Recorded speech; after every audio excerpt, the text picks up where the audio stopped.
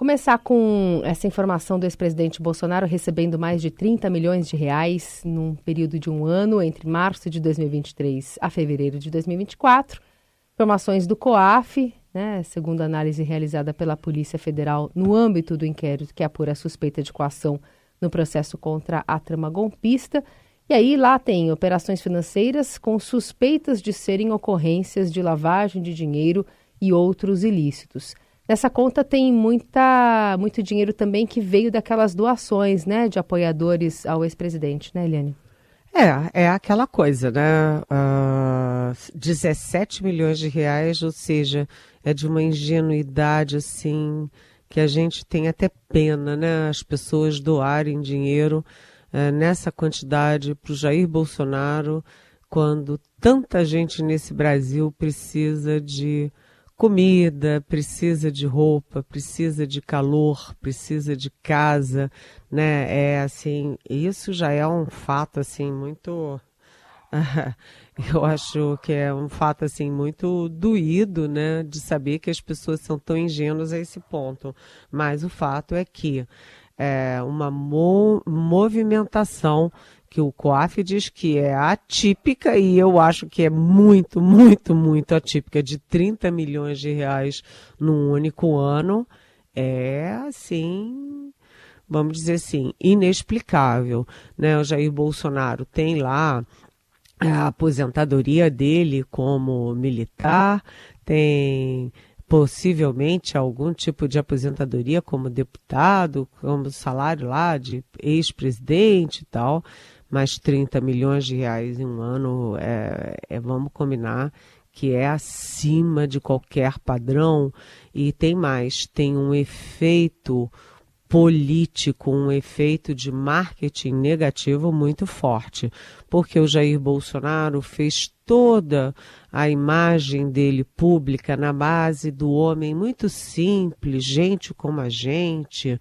Logo no início do governo dele, ele recebeu uma alta autoridade americana numa mesinha de fórmica na casa dele, com um copo de geleia. Tudo isso é bem pensado para mostrar ao mundo, olha como eu sou uma pessoa simples, E agora você tem ele tão simplesinho, 30 milhões para lá e para cá, e aí ele manda 2 milhões para o filho que está nos Estados Unidos, e evidentemente não são 2 milhões para o filho Eduardo Bolsonaro, que jogou o mandato fora, e para a Disney, e também agora aparece que ele, Bolsonaro, depositou mais 2 milhões de reais para a mulher dele, a Michele Bolsonaro. Ou seja, como é que a população vê uma coisa dessas, 2 milhões para cá, 2 milhões para lá, mobilização de 30 milhões, aí o filho arranja um cartório lá, muito escondidinho, muito longe da casa dele, para comprar uma casa de 6 milhões de reais. A ex-mulher do Bolsonaro compra uma casa de 8 milhões de reais, ela que tem um salário de 13 mil reais por mês, ou tinha, Então, essa coisa do dinheiro, quando você fala em dinheiro, isso bate muito fundo nas pessoas que trabalham, que dão muito duro para chegar no fim do mês, ter um salário mínimo, 2 salários mínimos para cuidar dos seus 4 filhos, pagar remédio, pagar ônibus, enfim, isso tem um efeito político muito forte, além da tentativa de golpe, além das joias, além do atestado falso de vacina. Eu acho que quando você fala em dinheiro, isso tem um poder na opinião pública muito devastador, sem falar na questão policial e jurídica. Eliane, a partir das mensagens que todo mundo teve acesso, a gente já usou algumas aqui durante a semana no jornal, o quanto se aproxima, e aí uma pergunta irônica, do lema Deus, Pátria e Família? Pois é, sabe, Carolina, primeiro eu queria elogiar a nossa Rádio Eldorado por ontem ter posto na íntegra a fala, botou corajosamente na íntegra a fala do pastor Silas Malafaia, com todos os seus palavrões. Por quê? Porque o que a gente está vendo é que não sobra pedra sobre pedra do slogan fundamental do bolsonarismo, que é Deus, Pátria e Família. Bolsonaro se batizou evangélico um ano antes de concorrer à eleição de 2018. Ou seja, foi não um ato religioso, mas um cálculo político-eleitoral para atrair, como ele conseguiu efetivamente atrair, o eleitorado evangélico. Aí, o pastor Silas Malafaia, né, que tem lá os seus cultos, tem seu linguajar nos cultos, as suas ovelhas e tal, seus seguidores, numa conversa fora do púlpito, ele se mostra outra pessoa, aos palavrões, agressivo, ameaçador, né? Ameaçando dar pancada para lá e para cá. Ou seja, que Deus é esse? Aí você fala em pátria, mas vem cá, que pátria é essa? É a pátria Brasil ou é uma pátria muito particular chamada Bolsonaro? Porque o Eduardo Bolsonaro está nos Estados Unidos com financiamento do próprio pai para fazer o quê? Para liquidar a boa imagem do Brasil no mundo e nos Estados Unidos particularmente, para jogar o governo e o Congresso americano contra os interesses das empresas brasileiras, dos empregos brasileiros, da justiça brasileira. Mas vem cá, como é que faz, né? E ele usa todo esse arsenal contra a pátria para tentar salvar uma única pessoa, que é o pai dele, o Jair Bolsonaro, que está às vésperas de ser julgado e condenado pela tentativa de golpe de Estado. E mais, né? Essas conversas mostram claramente que eles não estão nem aí para a anistia daqueles outros manipulados que foram quebrar o Planalto, o Congresso, o Supremo no 8 de janeiro. A anistia não é para eles, a anistia é para uma única pessoa, Jair Bolsonaro. Então, que pátria é essa? Que Deus é esse? Que pátria é essa? E que família é essa? Né? Até porque, né, aquela conversa do Eduardo Bolsonaro com o pai dele, sinceramente, eu não teria essa conversa com meu pai, né, que era, aliás, um amor de pessoa, uma pessoa adorável, né, por quem eu tinha uma enorme paixão. Mas, enfim, que Deus, Pátria, Família é um slogan que deve ser jogado no lixo. Seguimos por aqui com a Eliane Cantanhede, que está lá de Brasília, comentando um pouquinho sobre o que pode acontecer aqui no Brasil em relação a esse deslocamento de navios de guerra dos Estados Unidos em direção à costa da Venezuela, né? Os destroyers são ágeis, têm função de proteger embarcações maiores como porta-aviões. A missão oficial, segundo a Casa Branca, é combater o narcotráfico na América Latina. Eliane, a gente conversou mais cedo aqui com o ex-diplomata, ex-embaixador, né, do Brasil em Washington e Londres, Rubens Barbosa. Olhando para essa questão, ele falou que não é uma boa notícia. Na verdade, ele disse que uma eventual ofensiva militar americana contra o país vizinho teria consequências diretas para a diplomacia e a região da segurança, né, um aspecto da segurança, e que uma escalada representaria uma mudança dramática na política externa dos Estados Unidos em relação à América do Sul. E também relembrou uma intervenção do tipo que faria eco à chamada doutrina Monroe, que historicamente orientou a política americana no continente, esteve associada a episódios de ingerência, incluindo aqui no Brasil no golpe de 64, Então, na opinião dele, se houver ataque, o Brasil e outros países da região certamente reagirão, o que ampliará ainda a confrontação com os Estados Unidos. Queria te ouvir também, como é que você está avaliando essa movimentação aqui bem pertinho da gente? Pois é, eu conversei ontem, eu tenho conversado, mas ontem particularmente, eu conversei com fontes das Forças Armadas, da diplomacia, e é muito preocupante, né, Carolina? É claro que oficialmente o que diplomatas e militares dizem? Não, isso vamos baixar a bola, não vamos incendiar a situação, etc., tentando manter a situação dentro de uma normalidade, mas não tem nada de normal.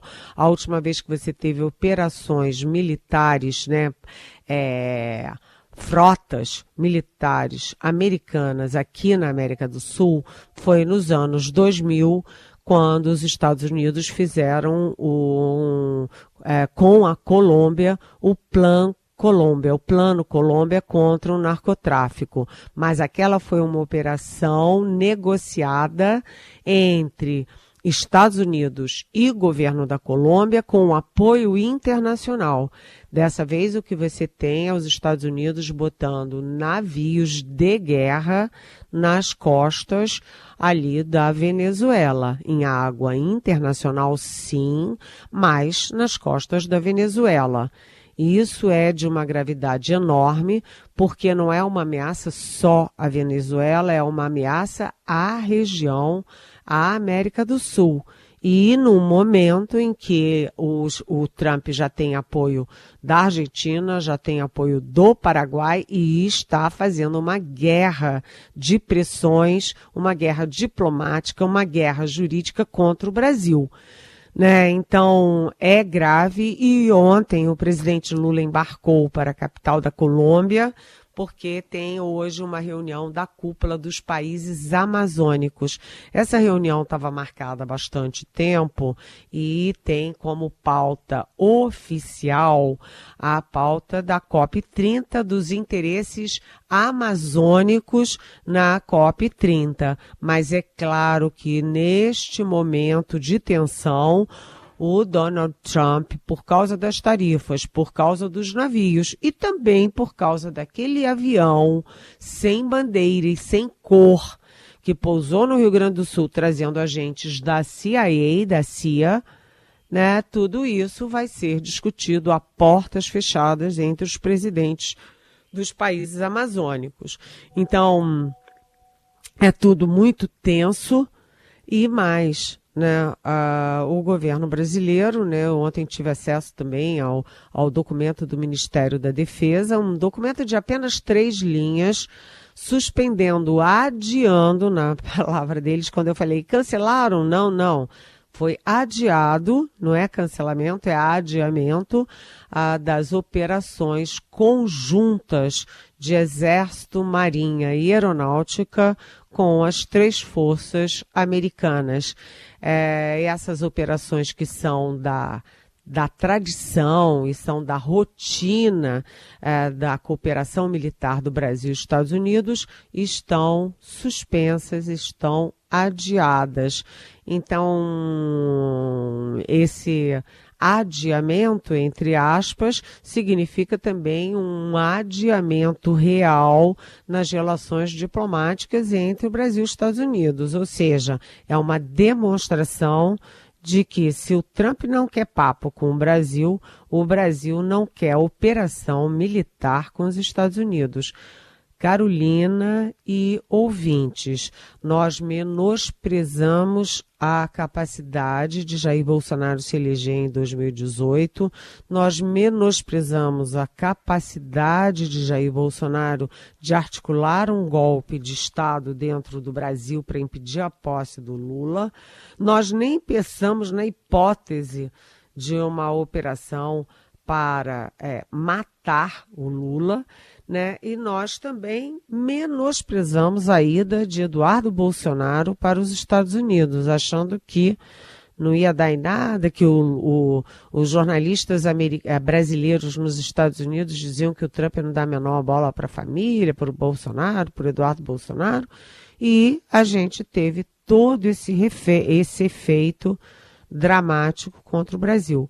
Portanto, não dá para a gente menosprezar, mais uma vez, uma coisa grave, que é uma potência botar navios em águas sul-americanas e com a forte disposição, clara disposição de depor o presidente da Venezuela. Não interessa se é o Maduro, o João ou o Pedro e se somos favoráveis ou não a ele. Mas é uma ingerência num país que, se acontece hoje naquele país, pode acontecer amanhã em qualquer outro país. Portanto, não é um problema da Venezuela, mas é um problema da América do Sul, da América Latina e, portanto, do Brasil. Ô, Eliane, a gente tem mais uma rodada da Pesquisa Quest saindo hoje, agora de olho, né, nos estados especialmente. Vou dar aqui alguns dados, mas fique à vontade para analisar na perspectiva que você entende mais adequada. Tem aqui o governador de Goiás, Ronaldo Caiado, que tem a gestão mais bem avaliada entre os 8 estados pesquisados pela Genial Quest entre 13 e 17 desse mês. Do outro lado, o Cláudio Castro é o que tem a pior avaliação, é um levantamento que foi divulgado hoje. Então, na sequência de Caiado, tem Ratinho Júnior, com registro de 80% de aprovação. E aí, aqui em São Paulo, a gente tem Tarcísio de Freitas, cotado ao Planalto, que tem 60% de aprovação. Eram 61% no último levantamento. E 29% de desaprovação, eram 28% no último levantamento. A área de infraestrutura e mobilidade é a mais bem avaliada do seu governo, com conceito positivo para 49%. E um outro fatiamento é sobre o olhar dos nomes que estão rolando aqui em São Paulo. 43% dos eleitores paulistas dizem terem intenção de votar em Tarcísio de Freitas para governador no ano que vem. Depois de Tarcísio, aparecem Geraldo Alckmin, com 21%, Érica Hilton, deputada, com 8%, Paulo Serra, que é o nome aqui de Santo André, do PSDB, com 3%, Felipe Dávila, do Novo, com 2%, indecisos são 7% e branco, nulo ou não vai votar, 16%, Eliane. Pois é, o que essa pesquisa nos diz? Nos diz que o Tarcísio Gomes de Freitas está entre o certo e o incerto, porque a pesquisa é muito favorável à reeleição dele. Afinal das contas, 43% do Tarcísio contra 21% do Alckmin, que foi governador 3 vezes, é muito expressivo. Ele tem mais que o dobro do Alckmin. Mas aí a gente lembra que o Tarcísio Gomes de Freitas foi um personagem importantíssimo nessa semana, o personagem político talvez mais importante, sem contar ali todas as desgraças envolvendo Jair Bolsonaro, mas enfim, o Tarcísio Gomes de Freitas veio a Brasília, foi a estrela da federação, da criação da Federação União Brasil e PP, depois foi a estrela num jantar de governadores de direita aqui em Brasília, e ele está entre ser candidato à reeleição ao governo de São Paulo e ser candidato à presidência da República em 2026. Essa decisão é uma decisão que tem prazo, porque governadores que vão deixar o cargo para se candidatar à presidência têm que se desincompatibilizar até abril do ano que vem.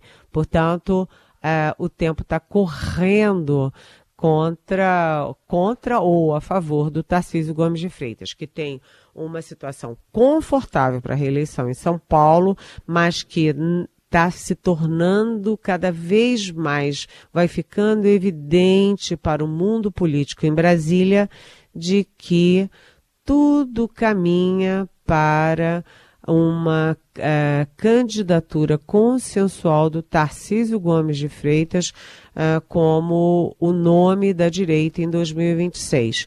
O grande problema dele é que ele precisa do eleitorado, a grande alavanca dele é o eleitorado bolsonarista, portanto, ele tem que engolir sapos e não bater de frente com Eduardo Bolsonaro, com Jair Bolsonaro, com Silas Malafaia, etc., que toda hora dão uma canelada no Tarcísio. Mas, do outro lado, ele precisa também cuidar dos interesses do Brasil, das empresas brasileiras, da institucionalidade brasileira, para atrair o centro que ficou órfão depois da debacle aí do PSDB. Então, o que essas pesquisas estão dizendo? Lula cada vez mais consolidado como o candidato da esquerda, né? O bolsonarismo acabou fazendo um favor ao Lula, porque o Lula agora se descola dos outros candidatos, não apenas no segundo turno, mas já no primeiro turno. Você tem o Lula se consolidando de um lado pela esquerda e o Tarcísio se consolidando pelo lado oposto, pela direita. Mas muita água vai rolar até abril e muita água vai rolar até outubro do ano que vem.